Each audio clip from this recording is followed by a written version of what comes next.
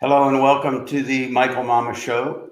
I'm your host, Michael Mamas, and we're coming to you from Mount Soma, home of the Sri Someshwara Temple in the mountains of western North Carolina.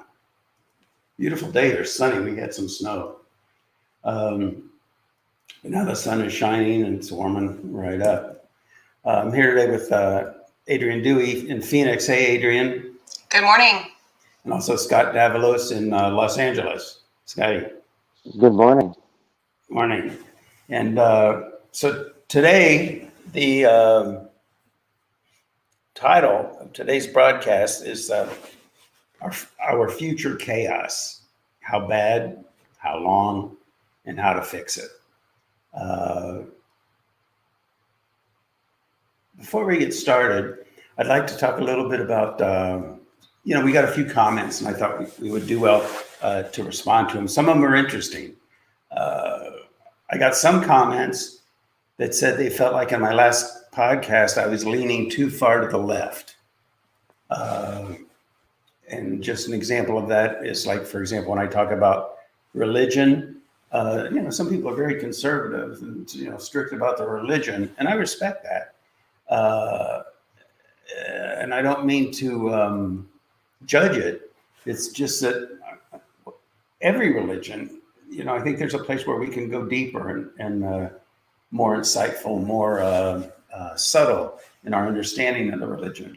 And I'm offering that. And I personally, I don't see that that's left at all, but it sounds like some people had some feelings about it, so I thought I'd respond. And then some other people felt like I was saying things that seemed a little leaning to the right. I guess the classic example of that is when I talked once in a lecture about, and I don't know how we got on the subject, but we just started talking about supply and demand. And the idea is that dirt is not expensive because there's so much of it everywhere, whereas diamonds are quite rare, and so they cost a lot of money. So it's the bigger the supply, the lower the price. The bigger the demand, the higher the price, that kind of a thing. So there's a supply and demand curve where they intersect. Anyway, some of the people got really upset that came up and that I talked about that, and somehow they felt like that was very kind of a very right-wing Republican-like attitude. And so it's kind of like, I don't know what to do. I don't know what to say. Because the purpose of what we're doing here, the purpose of these broadcasts has nothing to do with, taking sides on the surface of life, good guys, bad guys, even right or wrong, even. Those things do need to be dealt with on that level of life. And I leave that to other people, because what I'm trying to say here is that there's a whole other principle at work. And that principle isn't about identifying. In some of my previous podcasts, you can check them out if you want. I talked about paradigm identity and how, people might be identified with a paradigm to one side or identified with a paradigm to the other. But I said that as we see beyond our paradigm identity, we go into that place of real unity, which means that place where everything is one and there's a deeper understanding of everything. And if someone says something we don't agree with, we don't, get all upset, but rather we might say, well, I see a degree of truth in that, or there's an insight there. I do understand that. On the other hand, you see? So I just think that's really important. And I really hope that as you listen to these podcasts, if you do have an identity with, one side of a situation or another, that you don't get triggered by anything I say and then lose the point of what it is I really am trying to get to. Okay. Another interesting thing about that is that life, sometimes we think of it as a line. You go this far, then you can go further to the left or further left or further, or you go to the right, further right, further right, further right. But interestingly enough, in the Vedic tradition, they talk about mandalas, circles. Everything is a mandala. And if you start at one point and you move, no difference, no difference, no difference. But when you get to the opposite end, it's completely different. But then the thing is polar opposites, But if you keep going around and around and around, you come back to right where you started out. And I mean, for decades, they've talked about that with respect to right and left perspectives. I don't know what would be a good example of that.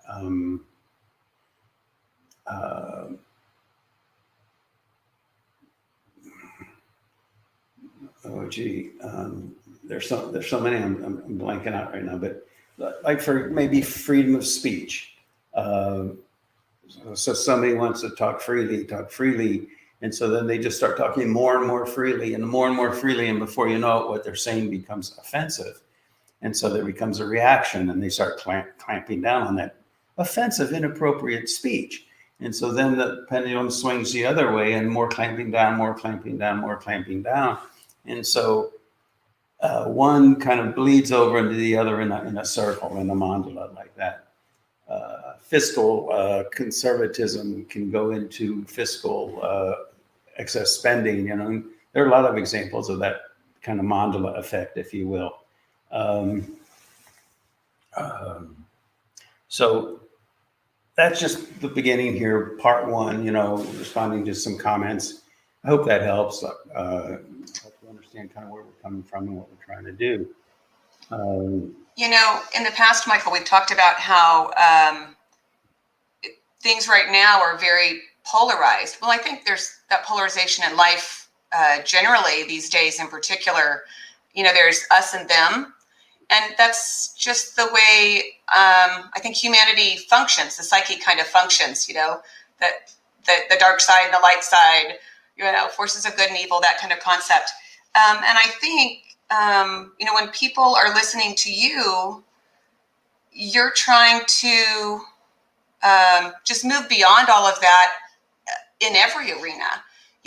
We all have personalities. We all have identities. We all have political views, religious views. And in our human psyches, I think we tend to do the we're right, everybody else is wrong, or we're kind of stuck in our own identity, which makes the others wrong. Yeah. And when I listen to you talk, I spent years and years getting triggered with things that you said.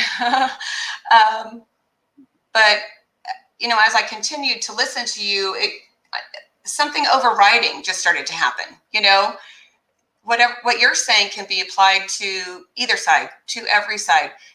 What you're talking about is refining our internal processes of perceiving and understanding the world. Yeah, I like to say it's not about the thing. The perspective is about the nature of the relationship with the thing. Yes. You get overwhelmed by it, or do you have deeper insights into the nature of it and see how it kind of fits into a bigger picture? So right. This actually leads nicely into the next part two. I'm just calling it the basement boiler, because right now, and it's not just about politics, or it's not just about religion, or it's about everything.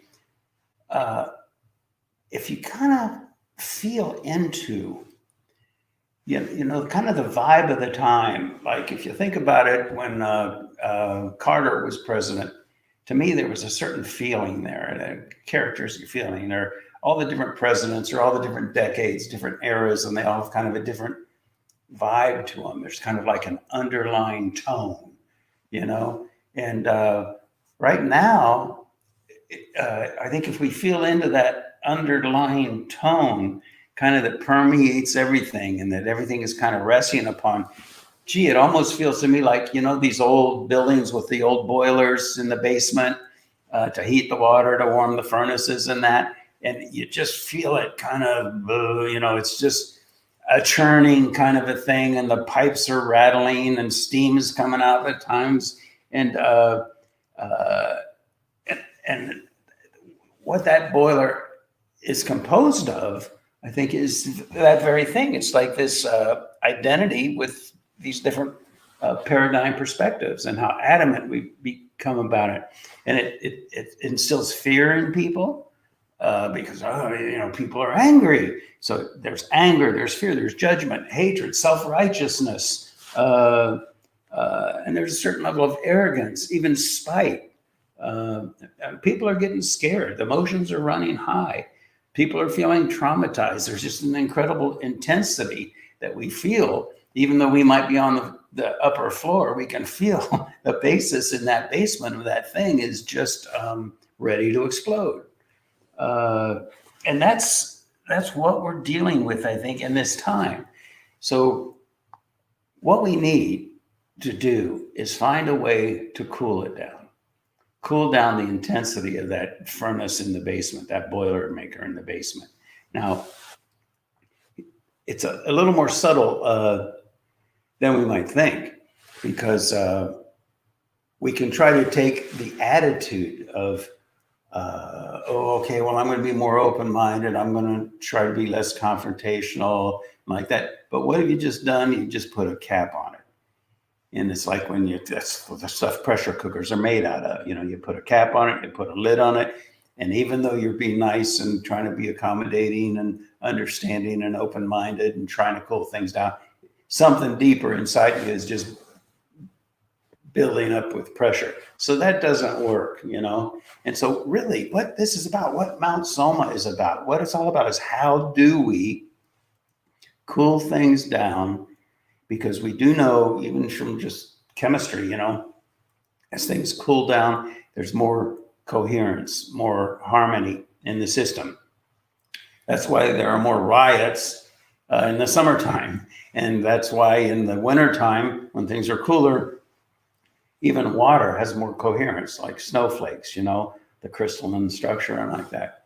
And so what we're talking about here is a way of cooling things down, not by suppressing or controlling, but by actually refining, if you will, or settling, if you will, the physiology.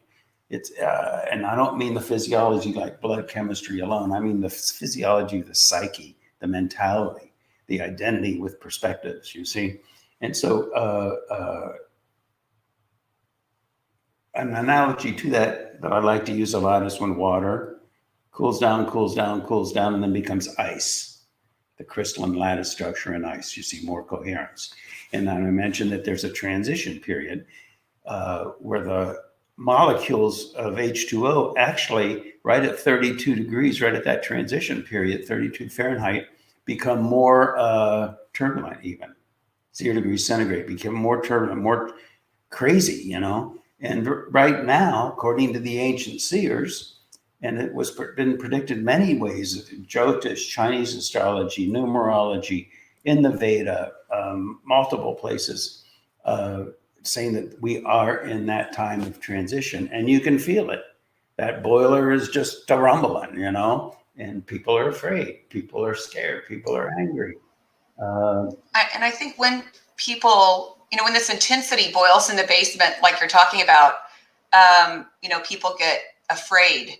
And, when we get afraid, we hold on to what we know more or what we perceive more. So our conditionings, those things that we, believe through our upbringing or whatever, are the place that we run, and generally we run and hold on to very tightly. And so I think I'm glad you brought that up, that it's not just, people are kind of, polarized and intense right now is what I was saying, but that we also tend to then cling on to that one point of view when things get really rough or we get scared or. Right, which just polarizes more, really. Correct. So question, correct. And the next section really that I want to talk about is how do you deal with this in your personal life?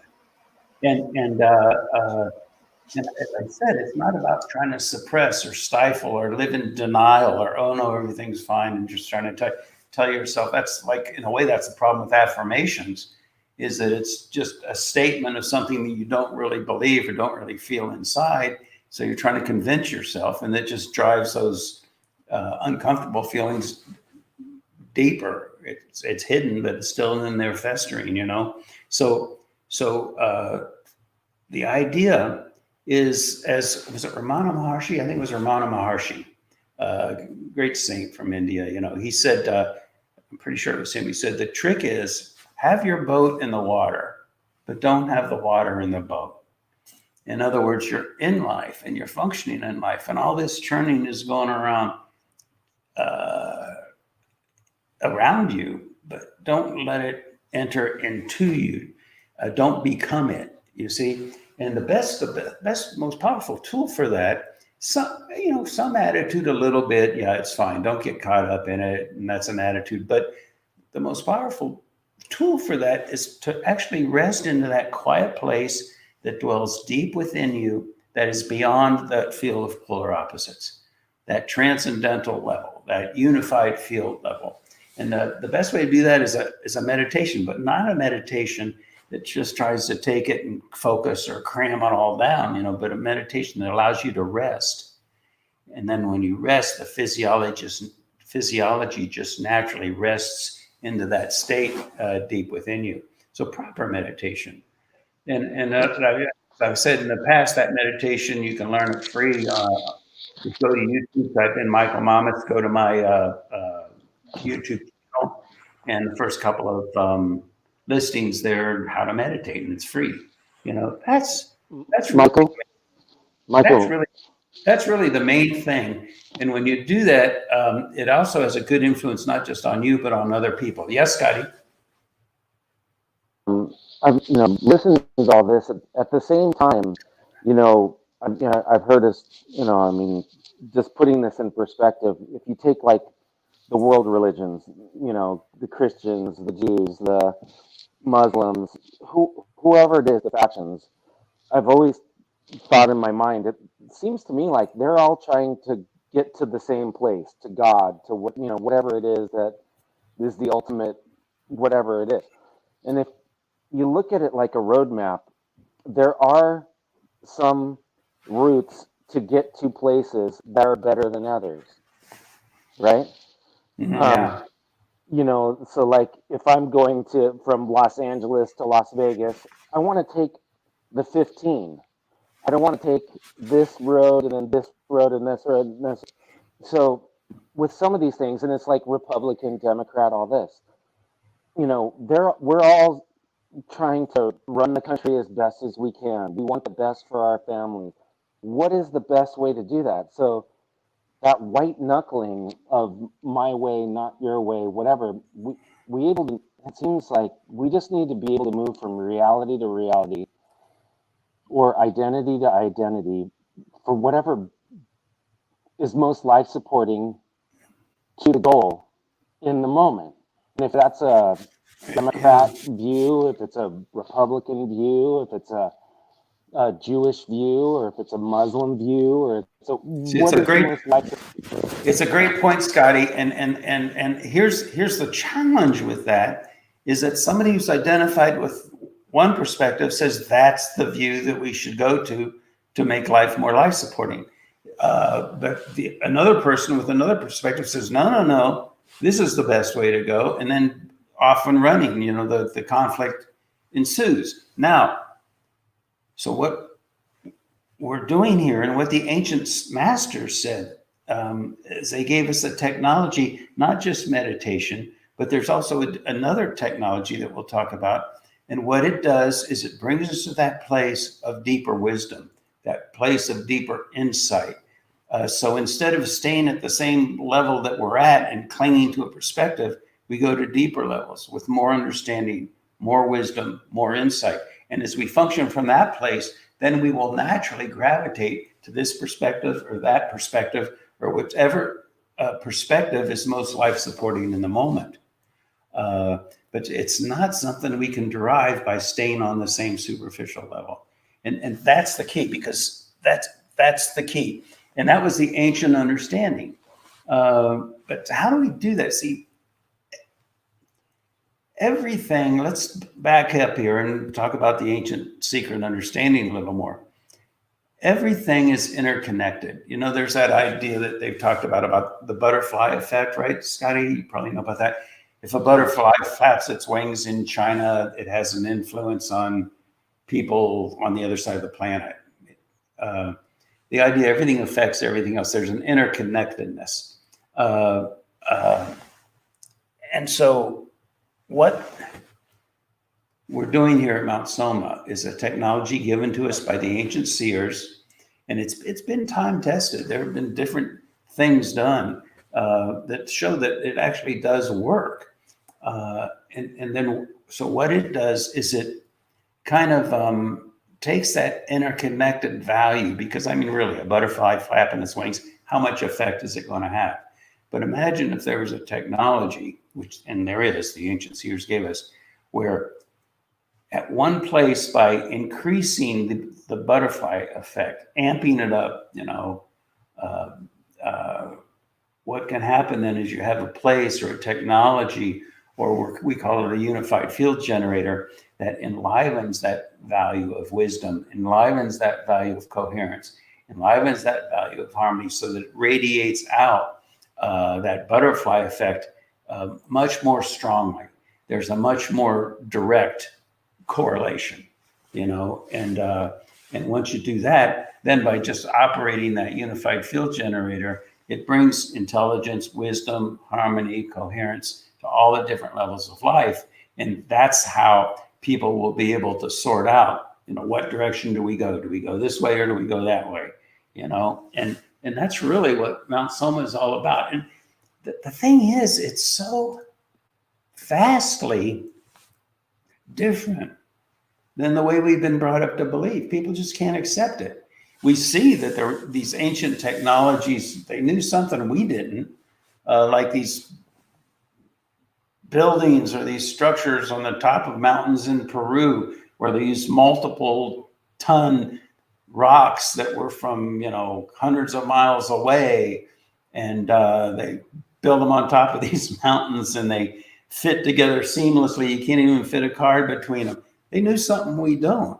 And then there's these temples in India where they carved them out of one big, huge piece of granite. And how the heck did they do this big, huge temple, And plus, they can't find any of the granite chips. What happened to them? They can't find them anywhere. So the point, and there are tons of technologies like that existent today. And the point is that those are ancient technologies. A lot of people, they can't understand, it must be UFOs that landed.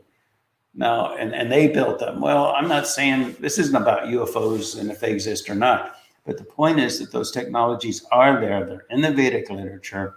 They're still there, accessible. But we're not employing them because we just can hardly believe them, But I've seen enough in my life. And there's been research done that's just being ignored, that shows that there were ancient technologies, and this technology of the unified field generator does exist, and it is valid, and that's what we're doing. And the support of it, I mean, we're just not talking, we're talking some of the greatest minds in the world, like I said in previous podcasts: Tesla, Einstein, Oppenheimer, Schrodinger, Heisenberg, all these guys, they were onto it. They realized that knowledge is there in the Vedic literature. And all we're trying to do is employ it. All we're trying to do is do it. My whole life has been about a deeper understanding. I learned about how to build a unified field generator, an enlightened city. I first heard about that 39 years ago. And I decided I wanted to do it. And finally, we started construction in 2002. That's the enlightened city. That's Mount Soma, But I'll tell you, it's been quite a journey. And I don't know if you've seen that TV series called Lost. That was the name of it, right? Scotty Lost, about the island in the Pacific. Yeah. Yep. And there were all these weird things going on there. And but somehow it seemed like somebody knew something, but they were hidden away. And so here's the principle there. The coherence underlying all existence, in the Vedic literature, they call that the shiva value. And it's just infinite, seamless integration, harmony, insight, wisdom. And then what happens is there's something else. It's an aspect of the Shiva value. It's the nature of the Shiva value when it starts to well up and permeate life, like the unified field generator would do and does do. It brings that value and radiates it up and wells it up and brings coherence and harmony to the whole environment. But when it does that, any sort of negativity or hostility or those kind of vibes, things get transformed and it gets purified out, which is a great thing. But if somebody were to live in a community like this and harbor negativity, it's really hard. It's really hard on them because it gets them churning and it's being purged out of their system. We call that purification, unstressing. And so, people can feel rough. And that's this whole idea too, on a global scale, of the phase transition that the whole planet is going through now. And that with these unified field generators, we're going to try to facilitate that brings about that purification. And so life then can be in peace and harmony and everybody's living well and abundance everywhere, prosperity. But I'm telling you, it's just amazing to be here at Mount Soma and watch that process as we build it. That whole Rudra value and everything I just talked about, it's actually part of it. And it almost, doesn't it kind of makes sort of a surreal situation. I mean, people come here and they feel the coherence and, oh, this is incredible. This is wonderful. Even people that didn't even know this was a spiritual community of any kind. People that were living and just went for a Sunday afternoon drive and somehow ended up here. I think I've talked about this. They stopped and said, what is this place? What's going on here? It just feels incredible. And they don't even know about the unified field generator or any of that. So it does work. And the ancients have given us this technology that if we could just employ it and use it on the full scale, in other words, complete the construction of this enlightened city that we've begun, it can transform. Well, what the ancients say is that one enlightened city is good enough for a whole continent. And my feeling is if we transform this continent, radiate that value out to this whole continent, I mean, this is the United States and it has a powerful effect on all the other parts of the world. And so it can start to radiate that value out. And who knows, ultimately, I'd like to think we're going to have a unified field generator, an enlightened city on every continent. And this will be the seed. This is the starting point. This is what we're all about. And so please, I have no interest in taking sides. Now, I admittedly do have certain perspectives and stuff. And if they ever do kind of seep out to the surface or something, forgive me. It's not my intention. And it's not our purpose here. It's not what I'm about. Okay?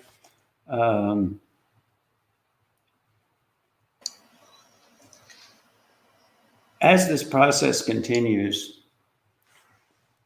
we are going to enter into this enlightened age, and it's going to take some time. In fact, you can almost look at time. I think sometimes we think of time as like this continuous structure, just keep adding linearly out to the future and linearly out to the past. But actually, time, if you can follow me here, has like a geometric structure to it. There's a geometry to it. And so within that geometry, within that structure, you can almost picture it as curved on some sort of a geodesic dome or something. There are points, and those are critical points in time. And as we've said in previous podcasts, December 21st, 2020, that was a critical point in time. Now, that doesn't mean that all of a sudden there's going to be a big light show or a big shift like that, but it's an influential point. It's a pivotal point upon which on the surface things are going to change. Maybe not immediately, but it's an influence and it's going to gradually shift.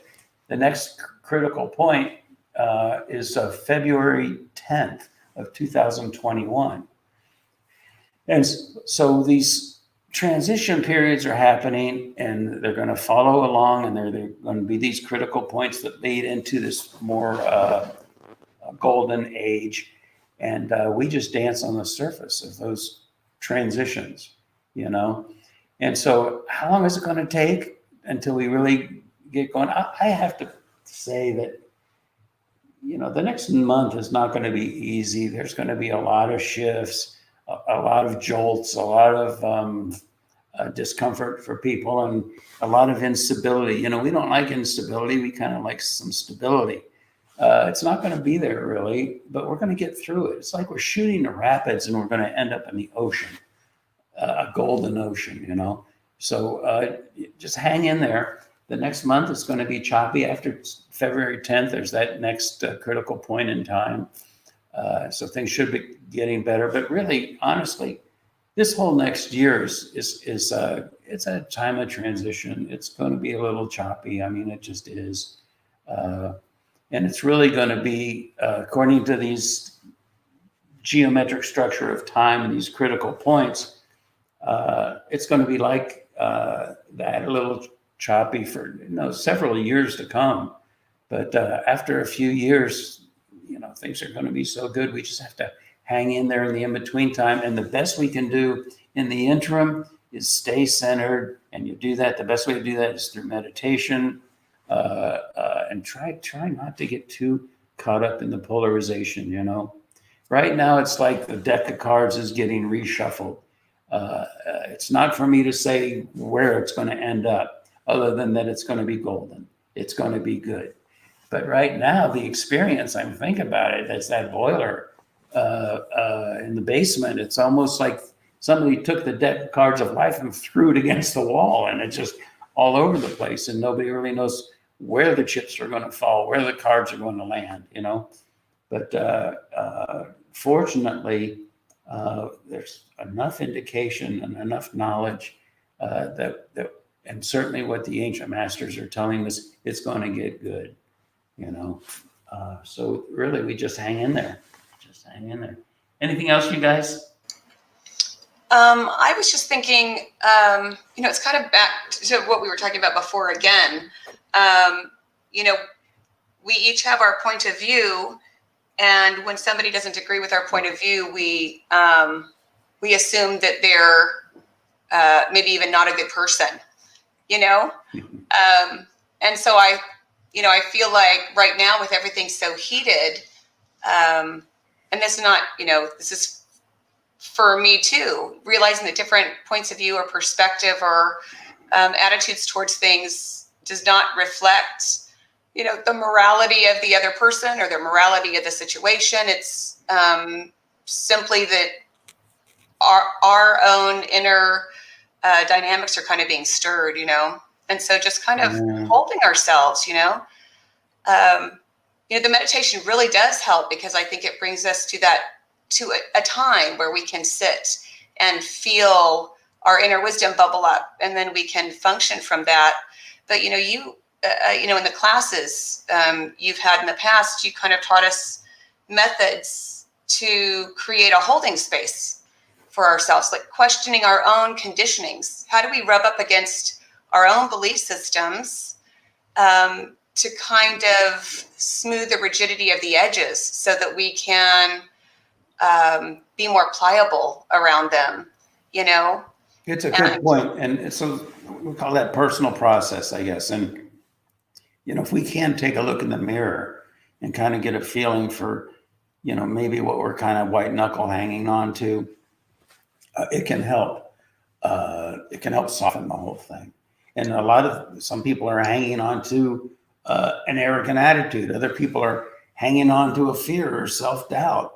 Either way, they're white knuckling onto something, and that kind of your own personal exploration can help. It's not so much to say, oh, I'm doing this, so I got to do that instead. We leave that more to nature. It's just like, oh, I see what I'm doing, I understand it, and that understanding, what do we like to say? The light of awareness heals. It's not about, okay, I'm doing that, and that wasn't right, so now I got to start doing that.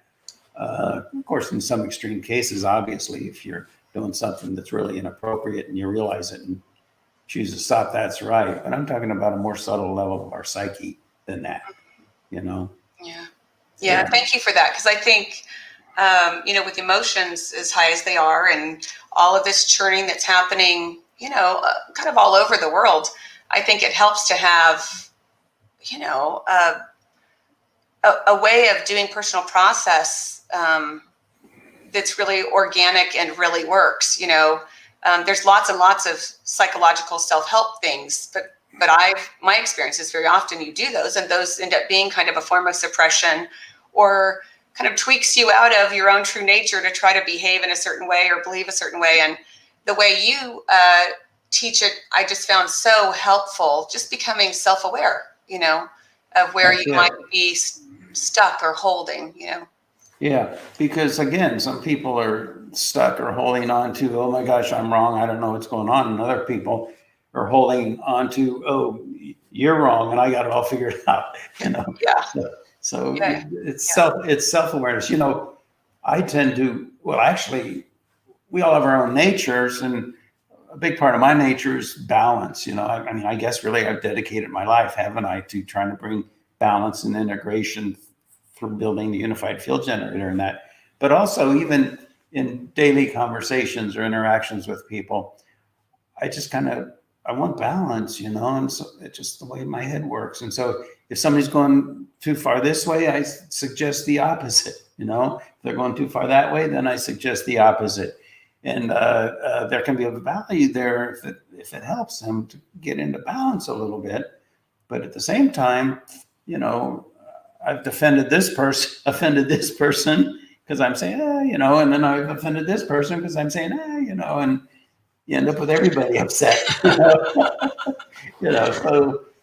that's a certain, I guess, self-awareness that I need to work with, and be cognizant of on an ongoing basis, because it's just my nature. We all have our natures. So I think that's about it. Please, if you like this, please click share and like, and do what you can to spread the word. This is a knowledge that can really facilitate the transition. It's going to take time, but it can happen a little faster. It can take more time. It can go much more smoothly, or it can be really a headache. And we're offering a technology here that'll bring it about the transition to a golden age about more quickly, more easily, more gently, more seamlessly, prevent wars, because wars really are, what are they about? It's about just what we're talking about, So if you can help us spread the word, please do so, and also if you go to michaelmamas.net, you can find where you can donate. It costs a lot of money to build this unified field generator, and even just to maintain it to the level we have it now. So please consider going online there and helping us out if you would. And I guess that's about it for now, huh? Yes, so, and of course, doing a thumbs up and sharing it with people. Of course, if you're liking what you're hearing and it's helping you, Yeah, and then share it. Yeah, right now it's winter time, which is still beautiful. Some people want to come and visit in the winter, but I think if you want to come and visit in the spring or summer, then you can more easily go for hikes and things. Come and visit Mount Soma. If you go to michaelmamas.net, you can, there's all sorts of things we offer, and there's a link to Mount Soma website there where you can call in and learn about the opportunities to come here and visit. Some people are even moving here. You can get involved in so many different ways. So take some time to go to the website and search around and see if you can join the team here. All right. Thanks for listening, and we'll talk to you again next time on Ancient Secrets Revealed.